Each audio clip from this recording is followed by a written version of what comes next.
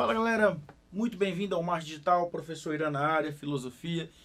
E hoje a gente vai falar de um tema muito interessante que sempre cai no Enem e que gera determinada confusão, que é o tema da chamada filosofia moral ou ética.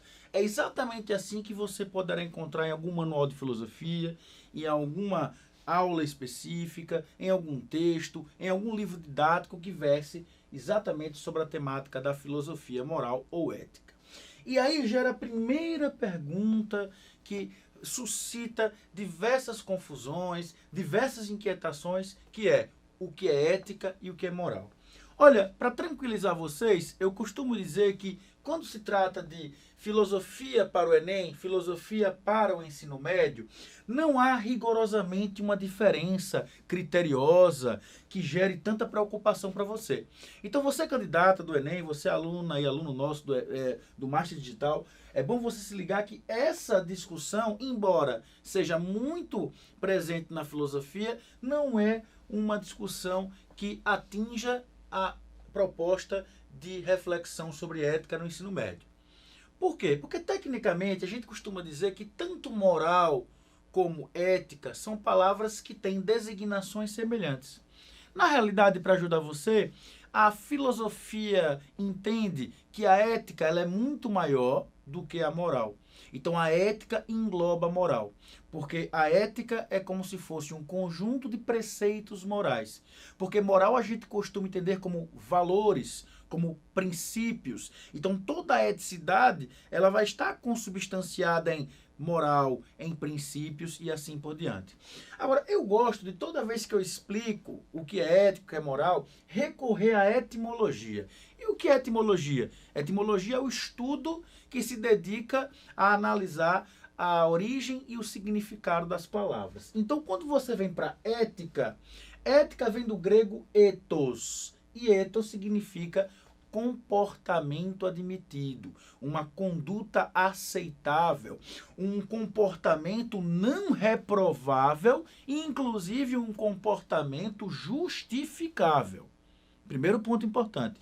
Quando você já vem para a palavra moral, moral não vem do grego. Moral não era utilizada pelos gregos. Moral era uma palavra que vai ser utilizada pelos romanos, porque moral é uma palavra de origem latina, que vem de mores, e mores, dentre diversos significados, talvez aqueles que mais nos importam são a ideia de princípio, porque a moral é um princípio, é um preceito, é uma orientação, e ao mesmo tempo moral vem de costume. Então vamos fazer um exercício de lógica. Pensem comigo.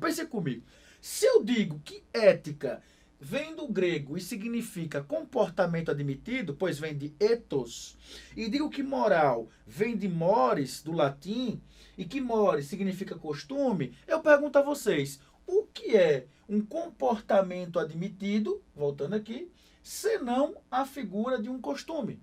O que é um costume, senão a reiteração de diversos comportamentos admitidos?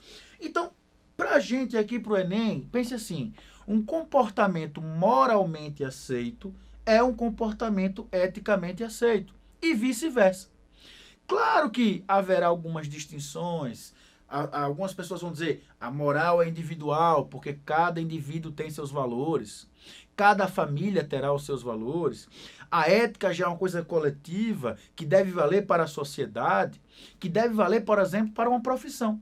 Então, a melhor maneira de você entender a ética é entendendo que ela é um conjunto, como eu coloco aqui, de princípios, de preceitos morais, porque ela é baseada em valores, ou melhor, ela é baseada em valores, e que vai nortear um agir considerado justo. Então, se eu digo, por exemplo, ética profissional, eu estou falando daquilo que é esperado de um profissional de determinada área para que ele venha agir com base em alguns valores e princípios básicos daquela profissão, desde que ele considere a própria noção de justiça.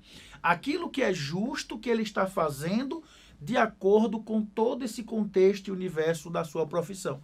Então, no fundo, a ética tem essa receita.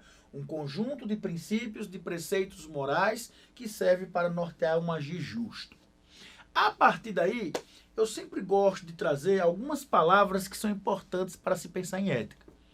Porque talvez você não saiba definir, é verdade, é muito complicado talvez, estamos tentando aqui simplificar, mas toda vez que você falar em ética, você vai ter que buscar 3 palavras muito assim básicas, 3 palavras incontornáveis, 3 palavras imprescindíveis. Então, falou em ética, você está falando do dever. Porque eu sempre lembro de uma grande lição do Mário Sérgio Cortella, aquele filósofo que fala, olha, porque a filosofia, ele fala bem assim, e certa feita ele estava no Jô Soares, e Jô Soares perguntou, Mário, vamos lá, o que é ética? E ele trouxe a seguinte resposta, a ética é o conjunto de princípios e valores que serve para nos orientar em relação a 3 perguntas. Quero, posso, devo, aí ele brinca, porque nem tudo que eu quero eu posso, nem tudo que eu posso eu devo, nem tudo que eu devo eu quero. É interessante essa concepção dele, porque ele está falando que a ética não tem a ver com a figura do querer. Querer, eu posso querer sair correndo daqui do estúdio do Master Digital. Não tem a ver com poder. Poder, eu posso de repente dar uma de doido e quebrar tudo. A ética tem a ver com o dever, o que eu devo fazer e o que eu não devo fazer. Por exemplo, quando a gente pensa em administração pública no Brasil, você tem os princípios básicos que regem a administração pública e, portanto, o funcionário público. E segundo reza nosso direito, o funcionário público ele tem o dever de agir conforme a lei determina. Então, um preceito ético, o que ele deve fazer. Então, o primeiro preceito básico de se pensar ética é a ideia do dever. O que eu devo, não é o que eu quero, não é o que eu posso. Segundo, a ideia da justiça. Desde os filósofos gregos, a gente vai perceber nesse encontro longo sobre ética, a gente vai perceber que não há como se falar em eticidade, não há como se falar de preceitos que regem nossa conduta, de preceitos que servem como uma bússola para o nosso comportamento, para a nossa sociabilidade, se a gente não considerar a ideia de justiça. Então, simplesmente a coisa é ética não é só porque é baseado num dever, é porque ela está considerando o que é justo e o que não é. Então, quando eu penso, por exemplo, estou dirigindo, super atrasado, indo aos estúdios do Master Digital. Super atrasado. De repente, eis que já eufórico, preocupado, tenso, recebendo alguns telefonemas para perguntar se eu ainda irei gravar. E de repente eu vejo que numa faixa de pedestre está lá uma senhora, seus netinhos, os pets, várias pessoas para atravessarem a faixa de pedestre. Quando eu paro para que elas atravessem, independentemente dos problemas pessoais, independentemente daquilo que me aflige, eu estou considerando o dever, eu devo parar, pois se entende que o condutor ele deve exercer a direção naquilo que se chama direção defensiva, então o dever. E segundo, a ideia de justiça. Não seria justo que em nome do meu atraso eu desrespeitasse naquele momento as pessoas e os seus direitos básicos no trânsito. A exemplo do direito do pedestre de atravessar quando está na faixa de pedestre. Então eu tenho o dever, porque é baseado em algo que é justo. O que é justo? Dá a cada um o que lhe é devido. E terceiro, muito importante na questão da ética, a ideia de responsabilidade. O que é responsabilidade? Responder de acordo. Então, eu até posso quebrar a ética. Posso, eu não devo. Eu até quero quebrar a ética. Eu vou praticar GTA, atropelar todo mundo. Boa! Mas eu não devo e não é justo o que eu faça. É por isso que quem rege o que é justo, e o que está no campo da responsabilidade é o dever. Então, as 3 palavras básicas da ética é dever, justiça e responsabilidade. É por isso que a gente vem aqui no exemplo, bioética. Galera que vai estudar medicina, galera que vai estudar as áreas da saúde em geral, provavelmente em algum momento vai se debruçar a respeito da bioética. E bioética não é apenas algo que tem a ver com pesquisas no campo da ciência, a ideia das cobaias. Não é só isso, é isso também. Bioética tem a ver com tudo aquilo que envolve a vida de uma maneira geral. Desde as pesquisas, que nós promovemos com cobaias humanos ou não, ou, por exemplo, com a própria disposição de um hospital e como ele, né, e os agentes específicos daquela unidade de saúde tratam os usuários. É por isso que o que é ético, o que está no campo da bioética, que se eu tenho alguma enfermidade, se eu tenho alguma adversidade do ponto de vista da saúde, e é uma situação de risco, uma situação de emergência, primeiro as pessoas envolvidas no hospital, na unidade de saúde, etc., vão me atender. Para depois ver as questões protocolares, para ver depois, por exemplo, se eu tenho plano ou não, se eu vou poder pagar ou não, porque o que está no campo do dever, do justo e da responsabilidade, a vida, o atendimento pela pessoa. Então tá aí os aspectos, né, que a gente considera da ética. E aí eu trago ética profissional como um exemplo e bioética como outro exemplo. E aí eu pergunto para vocês, a pergunta não é retórica, eu quero que vocês, dos lares de vocês, pensem exatamente nisso que eu estou perguntando. Quando eu pergunto, por exemplo, moral existe. Moral, que é o preceito que nós esperamos que a pessoa haja, que está contido na ética. O valor entendido como correto, o valor entendido como justo, como responsável. E moral é a reprovação ou a contrariedade desta moral. Então, se eu digo que fulano fez um ato nobre, foi um ato moralmente aceito. Mas se eu digo que Beltrano cometeu um ato nada nobre, vergonhoso, etc., ele cometeu um ato, suponhamos, imoral. Nós estamos na época das Olimpíadas e tivemos essa discussão sobre o traje do vôlei de praia masculino e o traje do vôlei de praia, né, feminino, masculino e feminino. E as mulheres, com enorme razão, consideraram que os trajes dela, biquínis, além de desconfortáveis, são trajes ultrajantes, porque diz respeito à dignidade da mulher, objetificando-a do ponto de vista sexual. Ou seja, para elas é um ato imoral, que reprova aquilo que é valoroso e aquilo que é respeitoso e, portanto, o que é justo. Por que só elas jogarem de biquíni? Veja que a moral e a ideia da ética, obviamente, propõe reflexões a respeito. Aí a pergunta que eu faço é, e o amoral existe? Ou fui eu que coloquei aqui uma pegadinha para a gente debater um pouco, para depois vocês tirarem dúvida conosco, etc. O amoral existe? Existe. Porque segundo filósofos, segundo psiquiatras, psicanalistas, o amoral é aquele indivíduo que não tem a capacidade de discernir racionalmente entre o que é moral ou imoral. Então, quando você pensa em uma criança com seus 2 ou 3 anos, que pratica algumas travessuras, que faz coisas medonhas, que dá vergonha ao pai, que o pai na rua dá vontade de dar um cascudo no guri, porque o guri fica com a birra, eu quero. A criança seria um exemplo de amoral, porque ela não tem o discernimento da moralidade e da imoralidade. Até aí, beleza. Só que a provocação, eu que gosto de dialogar com as séries, com os filmes, já perceberam isso, né, garotada? Eu pergunto para vocês, e os psicopatas? Aqueles que sofrem do transtorno, né, antissocial, o transtorno de um temperamento antissocial, o transtorno de uma personalidade antissocial, mais especificamente falando que é a psicopatia, aquele que não tem remorso, aquele que não se arrepende do que faz, aquele que não tem compaixão, aquele que tem prazer em infligir o mal a alguém. A exemplo aqui do Hannibal Lecter. Hannibal Lecter, obviamente, é uma ficção, pautada em alguns livros de um cara chamado Thomas Harris, que escreveu O Silêncio dos Inocentes, que escreveu Dragão Vermelho, que escreveu Hannibal, que gerou um filme maravilhoso lá no início dos anos 90, chamado O Silêncio dos Inocentes, com o maravilhoso aqui Anthony Hopkins, que protagoniza o doutor Hannibal Lecter.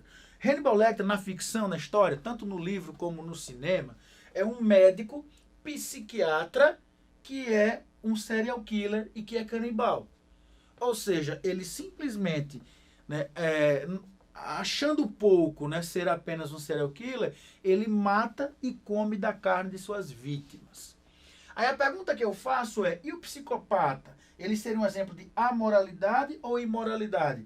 É um exemplo de imoralidade. E este caso especificamente, porque aqui é um médico, um cara inteligentíssimo, um psiquiatra que entende dos meandros da mente humana como ninguém, mas sente prazer em fazer esse tipo de maldade, infligir atrocidade às pessoas. Então, ele tem o discernimento do que é certo e errado. Ele só toca o fuck you everybody, por assim dizer, para esse tipo de situação.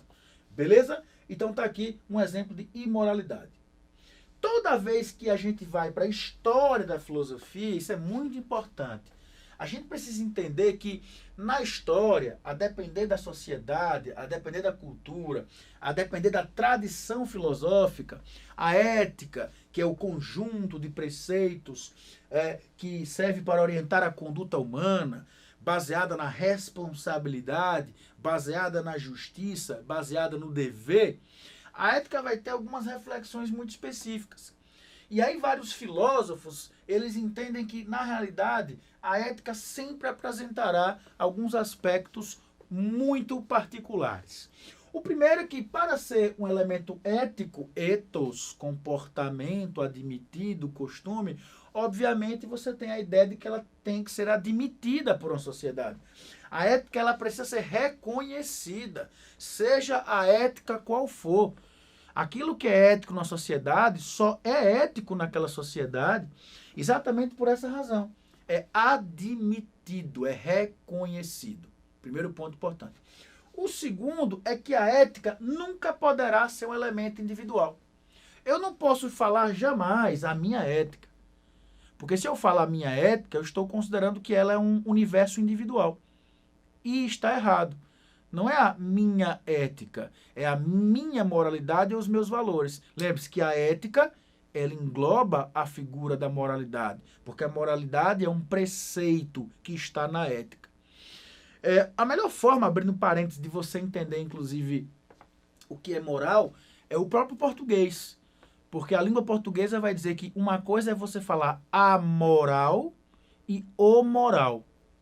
Se eu digo que fulano está com o moral elevado, não é um preceito. Se eu digo que ele está com o moral elevado, pode ver que tem uma outra significação. O indivíduo que está com moral elevado é o indivíduo que, de alguma maneira, se vê de uma maneira otimista, de uma maneira positiva. Então, moral é um preceito que está presente na ética. Então, primeiro, ela é admitida a ética. Segundo, ela é coletiva porque ela deve valer para uma coletividade. Se eu digo assim, a ética que rege a Organização dos Advogados do Brasil, o estatuto da OAB, ele não vai considerar só o advogado Beltrano, ou só o advogado Fulano, ou Cicrano. O estatuto da ética da OAB vai considerar o que vale para a coletividade, para aqueles envolvidos no campo do direito. A ética válida para os profissionais da medicina não vale apenas para doutor Luiz, doutor Paulo, doutor Pedro. Vale para todos aqueles que estão atuando no campo, né, da saúde. Então, ela é coletiva. Terceiro, a ética sempre será prática. Eu lembro que eu vi um livro uma vez, numa livraria específica, e tinha assim, ética prática. Galera, isso é chover no molhado. Não faz o menor sentido você trazer de maneira redundante a palavra prática para a ética. Porque toda ética ela é voltada para a praticidade. Porque toda ética é voltada para as relações sociais. Ela é uma orientação para o nosso agir. Se ela é uma orientação para o nosso agir, a ética ela é prática. E por fim, claro que se discute na história da filosofia, mas a gente vai ver que ao longo da história, cada sociedade tem o seu código ético, o que torna, em verdade, a ética relativa. E agora não entendi mais nada. A ética relativa? Historicamente, sim. Porque aquilo que é permitido hoje, que não é entendido como algo que inflige o campo do dever, inflige o campo da justiça e da responsabilidade, outrora poderia ser algo que, de alguma maneira, fosse reprovado por estes elementos.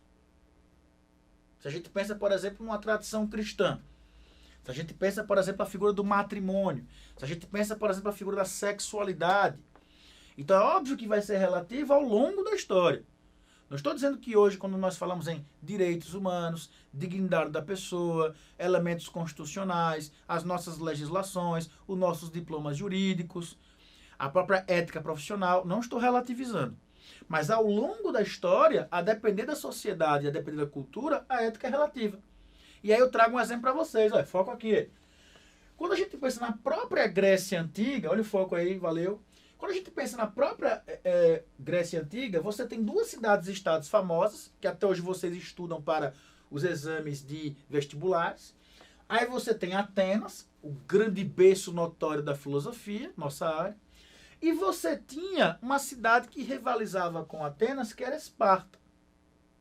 E cada uma tinha uma espécie de cultura educacional. Se você ia, por exemplo, para Atenas, a cultura educacional era chamada de paideia. Paideia significa, basicamente, o espírito crítico, o espírito reflexivo, a ideia do saber filosófico. E esse tipo de educação da paideia era voltada para a figura, né, do aprendizado da alma, para a ideia do intelecto, para a formação filosófica. Então, o ateniense primava e priorizava na sua formação educacional a ideia da formação do espírito. Ao passo que, se você vai para uma cidade como Esparta, uma cidade-estado, era a ideia do agogê. Era uma educação considerada educação o quê? Militar. Era uma educação voltada para a guerra, para a beligerância.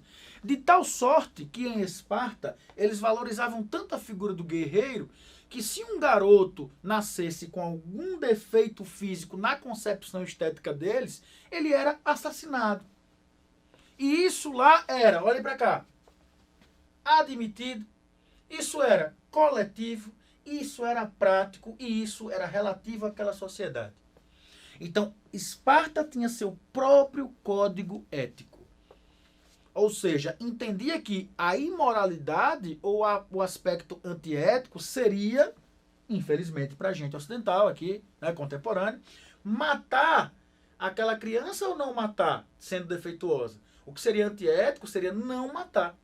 E aí, dica cultural para vocês, depois assistam a um belíssimo filme baseado num baita quadrinho chamado 300 de Esparta, do genial Frank Miller, que ele vai falar exatamente sobre essa ideia do agogê, desta educação voltada para a questão militar, para a beligerância e assim por diante. Vale muito a pena. E aí é o momento da filosofia em diálogo com a história. É bem interessante isso aí. Beleza? Aí, outra coisa importante, tá, qual a gente já falou, já tem essa aula aí para você no forno há algum tempo, sobre Sócrates e Platão. E eu trago exatamente novamente esta imagem da alegoria da caverna. Não vou entrar em detalhes novamente, mas depois vale a pena você recapitular mundo inteligível, mundo sensível da alegoria da caverna. Mas eu trago essa alegoria novamente porque a primeira vez em que na história da filosofia discutimos ética foi em torno da história contada por Sócrates, registrada por Platão, a alegoria da caverna. Aí a pergunta que eu sempre faço é: por que o Sócrates é o pai da eticidade? É o pai da discussão sobre moral? E a resposta é: porque tudo tem a ver com a conduta do homem que sai da caverna. Lembrando só coisas básicas, pontos bem básicos aqui pra gente, que na alegoria da caverna, deixa eu só voltar aqui para vocês lembrarem, tem uma história de que nós, homens e mulheres, em princípio, no momento de ignorância, vivemos no fundo da caverna. De repente, a figura de um questionador se desacorrenta desses grilhões, né? E aí ele vai superar o obstáculo da caverna, vai se deparar com um fogo. Esse fogo aqui vai meio que incomodar a sua visão, porque ele estava num momento de obscurantismo. Depois ele sai da caverna e conhece a verdade e a realidade em sua pura autenticidade. Maravilha, né? Aí você pergunta, certo, se eu já sei, você já narrou, estamos sabendo disso há tempos. A questão é, o que isso tem a ver com ética? Tudo. Porque o cara que saiu da caverna conhece a verdade e se sente no dever moral de voltar para avisar os seus. Ele poderia dizer assim, ó, não quero voltar, nem poderia, mas eu devo. Então ele deve voltar. Porque ele se sente na responsabilidade. Porque ele acha que é justo voltar. E tá aí também porque Sócrates tinha sua rivalidade com os sofistas, de quem falamos, certo? Quando falamos sobre Sócrates. Os sofistas, lembrando, eram famosos por venderem filosofia. Mas eram famosos também por desenvolverem noções de retórica, oratória, raciocínio lógico. E os sofistas, por venderem filosofia, Sócrates dizia, estavam fazendo algo indigno na cabeça de Sócrates. Porque o homem de conhecimento é um homem que deve levar sabedoria de maneira gratuita às pessoas, sem cobrar por isso. Assim pensava Sócrates. Ou seja, Sócrates iria me odiar, porque eu estou fazendo o quê? Vender filosofia para vocês aí nos vestibulares. Então, Sócrates, né, é o pai da eticidade, quando ele inaugura a discussão em torno da chamada Alegoria da Caverna, que é uma história que ele conta, mas que foi consagrada historicamente por Platão de Atenas no livro 7º de A República. Os sofistas, que Sócrates odiava, certo? Eles vão relativizar a verdade. Então, os sofistas vão ser odiados por Sócrates em uma dupla situação. A primeira porque vendiam filosofia. E a segunda porque vão dizer, Sócrates, na verdade não existe ou não há como existir uma ética universalmente válida. Como assim, professor? Vou explicar. Para Sócrates, a ideia de ética, dever, justiça e responsabilidade deveria ser um mantra universal. Na cabeça dele, a ética deveria ser um elemento universal que não pode ser relativizado, que não pode ser flexibilizado, porque aquilo que é justo, pensava Sócrates, é justo em qualquer situação. É justo em qualquer cultura, pensava Sócrates. Só que os sofistas vão dizer não.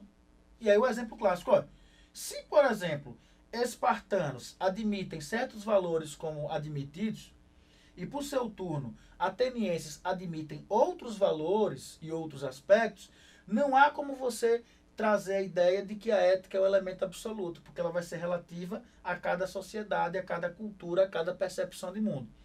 Lembrando que os sofistas criaram a ideia do ceticismo. É só lembrar de autores como Protágoras e Gorgias, que desenvolveram a ideia de que a verdade é uma percepção individual. Que a verdade não existe porque, na realidade, nós somos verdadeiros intérpretes do mundo e cada um interpreta ou percebe o mundo à sua maneira. É só dar exemplo da beleza. O que um acha belo, ou outra pessoa pode achar grotesco. E assim por diante. Então, os sofistas também vão discutir ética, mas no sentido de contrariar Sócrates de Atenas. Beleza? E, além disso, nós teremos outros dois grandes filósofos para compor a trindade da filosofia clássica, Sócrates, Platão e Aristóteles. Já falamos de todos, mas aqui, como é uma filosofia mais temática, a gente recapitula alguns elementos. Platão, ele vai dizer que o que é a ética?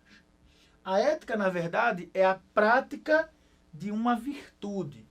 Eu gosto muito de ter apreço pelas palavras. O que é virtude? Virtude é uma palavra que quem conhece música, ela é associada à ideia de virtuosismo, virtuose. Então, se eu digo assim, Jimi Hendrix foi um virtuose na guitarra, Frédéric Chopin foi um virtuose no piano, Niccolo Paganini foi um virtuose no violino. Eu estou dizendo que são pessoas que praticavam seus instrumentos com uma enorme excelência, com enorme gabarito, que faziam de uma maneira absurdamente incrível, incomparável, inconteste. Então, quando eu digo que a ética, trazendo para cá, é uma prática de virtudes, que ela é uma prática de certos quilates, que ela é uma prática de certos valores incondicionais, que é a prática de elementos que são considerados excelentes para a sociabilidade humana. E no caso de Platão, ele vai dizer que só pode ser ético, Irã é ético, você aí é ético, se porventura, e se e apenas se, você congregar no seu comportamento esses 4 preceitos morais. Agora fica mais fácil para entender. A ética é um conjunto de preceitos. Para Platão, esse conjunto de preceitos traz 4 elementos morais: a prudência, a justiça, a fortaleza e a temperança. A prudência, daqui a pouco eu dou um exemplo legal, a prudência é a sensatez.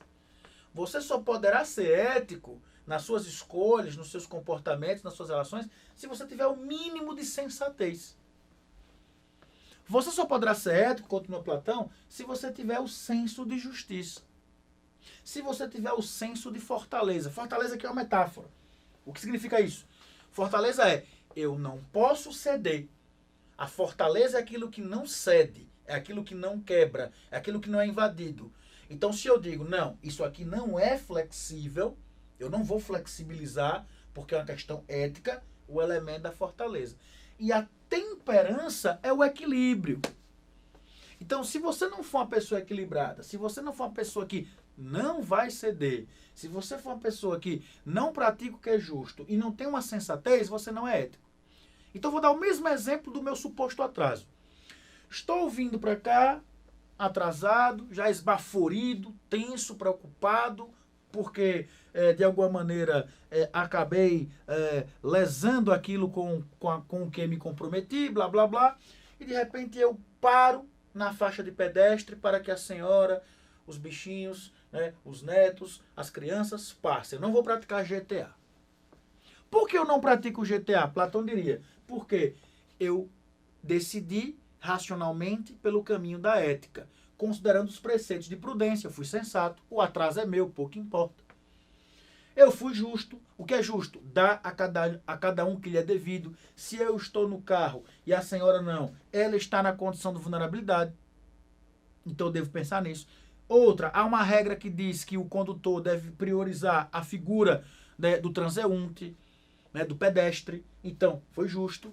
Fortaleza, eu posso pensar, não, mas é rapidinho, né? Jeitinho brasileiro, né? E eu de repente digo, não tem nada a ver, não vou, de alguma maneira, negociar com isso, é uma fortaleza, não vou ceder. E a temperança, que é exatamente a figura do equilíbrio. Então, se eu sigo esses 4 preceitos morais básicos contidos, consubstanciados na ética, eu estou agindo de acordo com aquilo que Platão chama de ética, ou seja, a prática de uma virtude. Então, toda vez que você pensar o que é ética, quer responder da maneira mais sofisticada e filosófica? Segundo Platão, a ética nada mais seria do que a prática da virtude. E aí você lembra das virtudes, que são esses elementos aqui, elementos morais. E por fim, Aristóteles, para a gente fechar o primeiro bloco sobre ética, e depois vocês vão ter acesso ao segundo bloco, Aristóteles, ele vai trazer a ideia de que a ética, na realidade, é a busca pelo equilíbrio. Então, se Platão disse que a ética é a prática da virtude, Aristóteles, que também já falamos sobre ele, que é o maior discípulo do Platão, ele vai dizer que é a busca pelo equilíbrio. E o que é o equilíbrio aqui? É exatamente a ideia da prudência e da temperança. Da prudência e da moderação. Lembrando, eu não falei, mas acho que vocês entenderam, que a temperança aqui é a moderação. Ser moderado e ser sensato são elementos primordiais para você pensar na ética aristotélica, porque ele diz que a ética é a ética do equilíbrio. Ele vai dizer que a gente não pode ser perfeito. Tampouco se pressupõe que podemos flexibilizar a ética e sermos imperfeitos. Então a ética é uma grande busca pelo equilíbrio. Portanto, os 2 elementos relevantes são a prudência, que é a sensatez, e a temperança, que é a moderação. Sensatez e moderação, portanto, são elementos primordiais. E aí ele dá um exemplo, né? O equilíbrio é aquilo que evita o exagero ou sua ausência, sua escassez. Então, por exemplo, eu trago um exemplo específico. Quando eu penso covardia, um indivíduo covarde é um indivíduo deficiente. Ele apresenta a falta de algum elemento virtuoso. E o excesso da covardia é a valentia. Então, qual seria o meio termo, só para exemplificar o que é essa ética do equilíbrio? Nem a covardia, nem a valentia, mas a coragem, a intrepidez, para usar um termo bonito, né, que o Aristóteles gostava de falar, a intrepidez. Lembrando que no caso de Aristóteles, a gente deve considerar que a ética sempre vai ser um elemento que vai proporcionar o que ele chamava de felicidade. Falamos sobre isso quando falamos em Aristóteles, mas convém agora trazer à baila novamente, porque a gente está falando dos temas, né? No caso aqui, ética. Então, Aristóteles, ele entendia que a ética, ela é, por assim dizer, a base primordial da política. Até porque Aristóteles entendia que a política era a continuidade da ética. Porque a ética é aquilo que deve proporcionar, enquanto orientação, o que ele chamava de felicidade. E o que é felicidade? O bem comum, o bem coletivo. É por isso que ele dizia, está lá em Ética Nicômaco, uma obra primordial dele, né, uma obra interessantíssima. Quem puder ler um dia vale muito a pena. Ele diz, abre aspas, embora seja desejável fazer o bem para um indivíduo só, é mais nobre e mais divino fazê-lo para uma nação ou para uma cidade. Porque a ideia de felicidade não é a ideia de contentamento pessoal para Aristóteles. A felicidade para ele é a ideia de fazer, realizar o bem comum, por uma via específica, a ideia da prática do equilíbrio. Beleza? E assim a gente finaliza por hoje essa primeira parte, até Aristóteles, e no próximo bloco a gente vai falar sobre a ética na perspectiva dos helenistas até os contemporâneos e faremos algumas questões do Enem para que vocês se familiarizem com a discussão. Até já!